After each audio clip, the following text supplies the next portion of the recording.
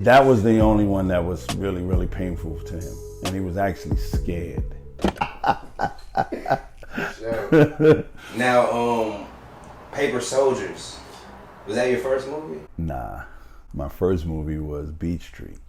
Beach Street. Oh, The breaking, yeah, I was an extra that I got a little speaking part. You know, I got paid for it, but some of it got cut out. But it was when I was in high school, and I was a rapper, and yeah, I got picked for the role, and it was pretty good. And then moved on to Paper Soldiers. I was into music first. Yeah, and that's what Dane. Yes. Kevin was in that. I think that was Kevin's first movie. Yeah. Did you ever mentor Kevin when he was around? Kevin was actually one of my first guys when I created the company Team Capone. And how we got discovered, I would say we. He was on my show. He was one of my opening acts for Caroline's on Broadway. And Kevin went on, I put him on his first tour. Guess where our first tour was at? Prison. So the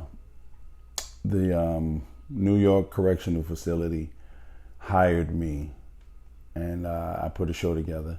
Kevin was one of the comedians, and we went on for about 2 to 3 months, just straight prison shows in different parts of the prison. And I'll never forget, we went to a Maxi Max where dudes was getting life, and Kev wanted to get out of there so bad. He was so scared. Were they taunting? It wasn't taunting. I didn't understand it at first because, like, you know, when I put him up, they weren't laughing. And it wasn't that he wasn't funny, they just wasn't laughing. So I put the next comedian up and they wasn't laughing. And I'm gonna be honest with you, I went to school watching them because I was the last person. So when it came time for me, as I said, I talked to him. I wasn't trying to be funny. I was being funny within the conversation. And so it went well after that because now I understood. And one of the guys was like, what do you think? We want to sit here and laugh?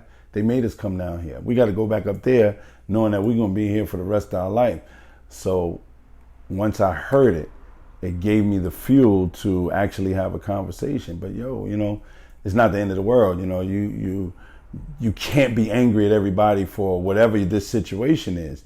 We're here to entertain, and you know, if we don't want to entertain, then what conversations y'all got? Maybe you want to know what's going on outside the world, and maybe I can help you or whatever. What you're not learning here, and I tell you, it was sweet after that.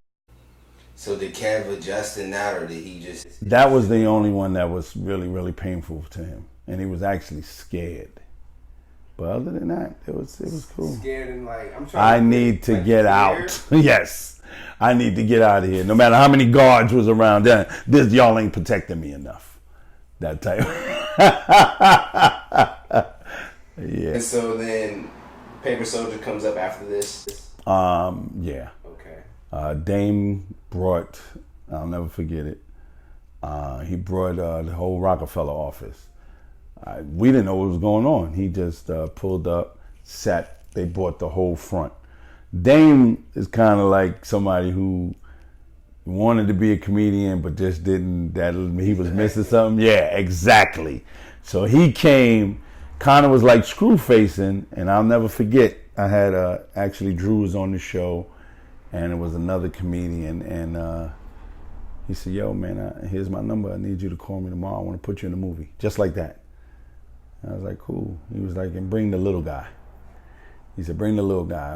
And I said, you want any other comedians? Like, my thing has always been trying to help comedians.